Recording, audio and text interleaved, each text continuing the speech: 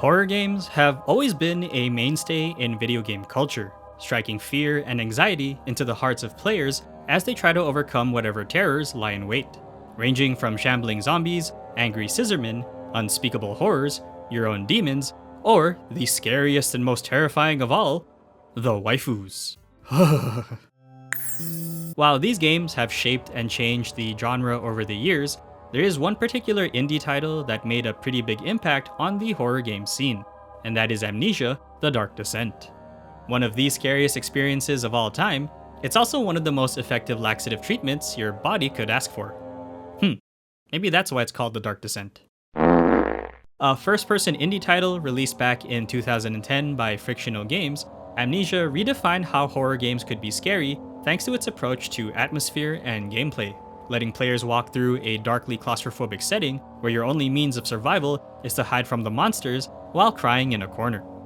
Frictional Games have also made some amazing indie horror titles in the past with their Penumbra series, which is also great by the way. You should totally play it if you want to see how their design has evolved over the years. But Amnesia was without a doubt their breakout hit, perfecting what it means to be afraid of those that lurk in the dark. A superb horror title, for real a 10 out of 10 for me at the time, whose influence can still be felt today, with a vast number of inspired games out there, and quite possibly even influencing some major players like Resident Evil and Silent Hill. Too bad we'll never see that last incarnation though, unless you're one of those guys. What the fuck? Also the game that probably helped kickstart your favorite YouTuber. But after 15 years, and every horror title that has come out since then, how does Amnesia's original formula hold up? It lies beneath the very stone of Brennenburg. Amnesia's story is honestly pretty forgetful. No, really, the protagonist actually forgets everything. Don't forget, some things mustn't be forgotten. You play as Daniel, who literally starts the game trying to recount the recent events of his life, only to fall and wake back up in the middle of an extremely dark castle that will question how well the gamma is on your monitor. Daniel has to traverse the entirety of Castle Brennenburg, piecing together events that have transpired up until his memory loss, recounting his relationship with the Baron, Alexander. What did you call it? The inner sanctum. My most precious chamber, Daniel. And finding out why a monstrous shadow is stalking him. His sole objective, however, given to him by his past self, is that Alexander is not to be trusted and that he needs to die. Go to the inner sanctum, find Alexander, and kill him. A short story that can be completed in just a few hours, depending on your level of bravery of course, but it's still a great one that piques a good amount of interest with the whole amnesiac protagonist and creating a sense of mystery for players to piece together just what the hell is going on. What actually still makes it great is in fact the whole amnesiac storytelling, because much of it isn't just told through the main flashbacks that you hear, but also through the optional diary entries and notes that Daniel comes across. A lot of it reveals pieces of background information that puts into light the events of the game and the reason Daniel and Alexander are what they are. It's not revealed chronologically either, meaning that you'll have to connect the dots on some of them in order to see the whole picture. Who is Alexander? What happened in Daniel's past? Or what is the shadowy beast that stalks him? It's done. The orb is assembled. It's a lot of information that provides the game's sense of mystery for you to find out. It's a particular narration method that I like because it helps reveal the story at your own pace, without having to take you out of the Amnesia horror experience. They offer nice breaks in between, and they don't force it down your throat either if you're not too keen on learning them while you're still busy shitting your pants. Also helps to budget development so you don't have to spend resources and assets for the sake of story when a written lore passage will do the job perfectly. And we headed downstairs to the old dungeon, where he preferred to attempt his rituals. But besides the optional world building, the audio flashbacks that occur when Daniel reaches certain portions of the castle is the other amazing aspect of the story's narration. The game makes them feel intriguing to listen to as they reveal the truths of what went on in Castle Brennenburg. What happened? Why are all these dead? Where am I? What's happening? Help! Anybody!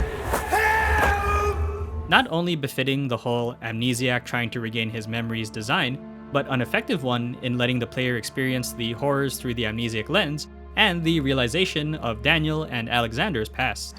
Where is she? Where did she go? No, I won't tell. I'll never tell you. You're just making things worse.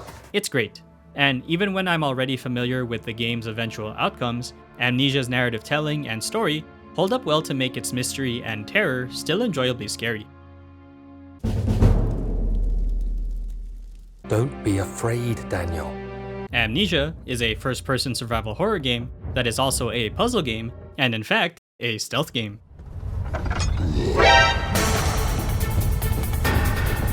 In order for Daniel to make his way around the castle, the gameplay loop revolves around him trying to solve blockades that bar his path from making progress to those locations.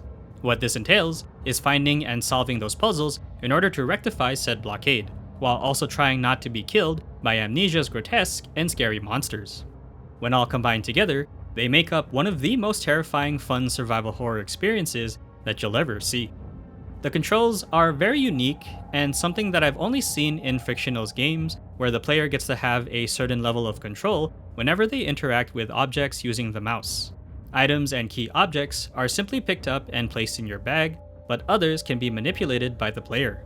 You can move or throw some objects from a distance, cranks and wheels need to be turned in a circular manner, but most important of all is how you have to simulate the pushing and pulling of a door in order to open them. This in particular is what makes the controls terrifyingly great, because rather than simply pressing a button to open a door, you have to actually think about how to properly open them, which makes things even more stressful as you're trying to survive the monsters. I don't think I've seen any other game employ this type of control scheme, and this particular mechanic is what still makes Amnesia unique. Just the act of opening a door can make every scary situation stressful, especially that one chase sequence, because holy crap, that segment makes me more anxious than trying to touch grass. Oh shit, oh shit, oh shit, oh shit, oh shit, oh shit, oh shit, oh shit, oh shit, oh shit. The puzzles themselves were fun to go back to and help provide a nice break from the game's survival portion. Fairly standard as far as horror games go, but I at least like that the Amnesia control scheme makes some of them feel unique. Throwing a rock against objects is surprisingly fun. For the most part. But it's the actual survival horror aspect that is still the best part about the game, and what keeps it terrifying. I had initially thought that maybe I wouldn't like the whole hiding and running, since I've played so many games that emulated Amnesia's original concept, as well as playing other survival horror games with their own approach. But coming back to The Dark Descent did not feel dated at all. In fact, it actually helped me understand why it does the formula so well. Part of what makes it hold up a lot better, at least for me, is that it doesn't overstay its welcome with its encounters and overall game length. Because enemies come out unexpectedly in certain areas, you constantly feel anxious at every turn, and you don't know how safe you are until you hear the monster's growls, and then you're frantically trying to hide in a corner while slowly losing your mind. I can see this as being cheap, since they just sometimes come out of the blue, but I do like it because you don't see it coming, and neither do you see it often enough that you start to actually build some fear tolerance with the monsters. It's also how the game encourages not wanting to see the enemies, because you can also lose sanity, which at least doesn't kill you on normal mode, but can hinder your movement, making you very vulnerable. It's also thanks to the game's shorter length that it doesn't feel repetitive, making sure the survival aspect doesn't feel like a slog, and making every frightful encounter feel impactful. Pacing is definitely something that I think Amnesia excels at more than most horror games. Also, the level design. Brandenburg has a number of different rooms of varying sizes, but the ones that scare you the most are the small rooms and corridors. When a monster is in the vicinity, the lack of open space will force you to hide in spots that are in close proximity to them, and you'll be constantly praying to the Emperor of Mankind that they don't bump into you. Well designed that you can successfully hide from the monsters, but also tense due to their proximity. Overall, still a very frightening gameplay experience.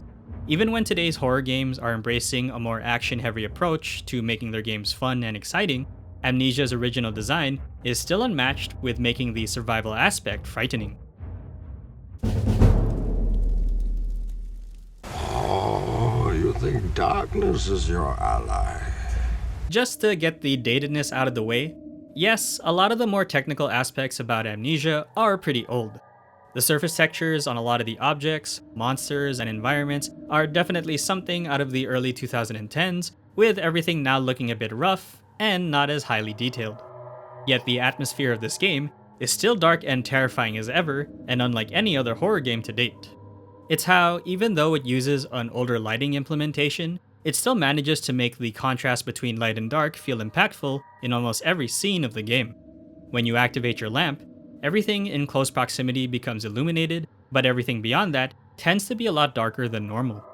That in itself is already the best setup for creating a tense atmosphere because you feel safe knowing what's close to you, but also stressed in not being able to see beyond your illuminated bubble. Textbook introvert, and once you run out of oil for your lamp, then the darkness will be there to greet you while you regret all your life choices that led you to play this game. Hello there. It's still effective, and even with 15 years of other games using lighting as a means to create the visual atmosphere for their horror, Amnesia hasn't lost its edge. It also helps that you're in an early 19th century castle that I'm pretty sure nobody but Nosferatu would want to live in. Ha ha! This shit ain't nothing to me, man. But that's of course not all, as sound is, and always will be, the other exceptional aspect about Amnesia's presentation.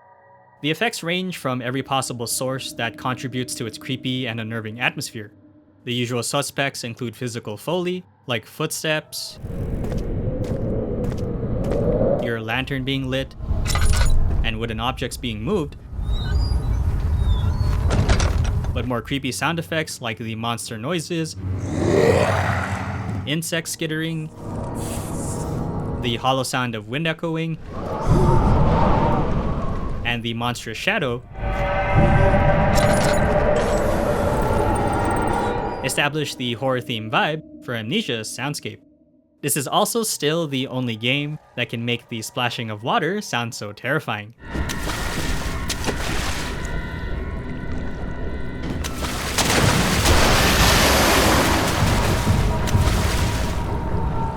The music is still the best for what a horror game should be. When it comes to setting the mood, Amnesia knows when it's time to set in the fear, which is basically 90% of the game.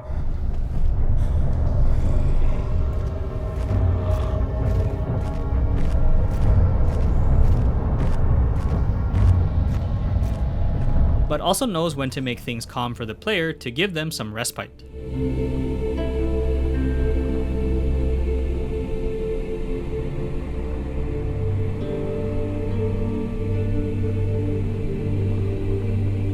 Creepy and unnerving with a sense of mysticism and wonder is what the music brings. But most of all, it's the soundtrack that is played when the monsters see you that is most unnerving and will make your skin crawl with its sharp musical notes.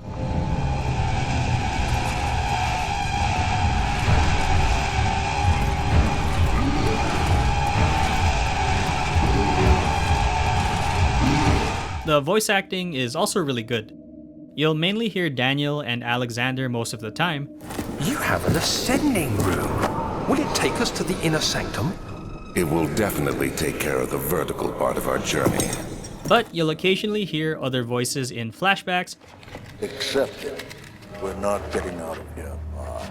How can you say that? Alexander, you piece of shit! Let us out of here! As well as Mr. No Mouth Agrippa the Ripper, and his rather lighthearted, reassuring voice. Daniel? Like the prophet thrown into the lion's den? Tell me, are you among the lions, Daniel? But in general, the dialogue is yet another amazing compliment in setting the mood for the game by providing insight towards the story, as well as some relief among the lack of human interaction in the game. Despite its dated technicalities, Amnesia still has one of the best and most darkly horrifying presentations that no other game could match. It says hi. Uncle Dad, it says hi. We should hide. Uncle Dad, it says hi. We should hide. Uncle Dad. It holds up exceptionally well. Initially, I was afraid that some of its design might be a bit too old on account of other titles replicating its non-combat design, as well as other games providing their own unique sense of horror-themed fun. But age hasn't slowed it down one bit. It really is all about the design elements it employs to ensure that everything feels right on the mark with its hide-and-seek horror-themed experience. The mystery of Brennenburg Castle, Daniel and Alexander's history, unnerving claustrophobic gameplay, and exceptionally creepy atmosphere, all wrapped in a concise package to deliver an unforgettable experience. Even when I've played some recent games like Resident Evil, Silent Hill, or even my favorite horror game of all time, which involves finding your waifu in space, not to mention some future horror titles that I'm looking forward to, Amnesia still has a lot to say despite its age, and it's no wonder that it's one of the most influential horror games ever. Amazingly terrifying, and holds up perfectly. But that's gonna do it for today, guys. Thanks for sticking around. There will be more games to play and more videos coming soon, so please stay tuned if you'd like to see more. But for now, I'll see you all next time.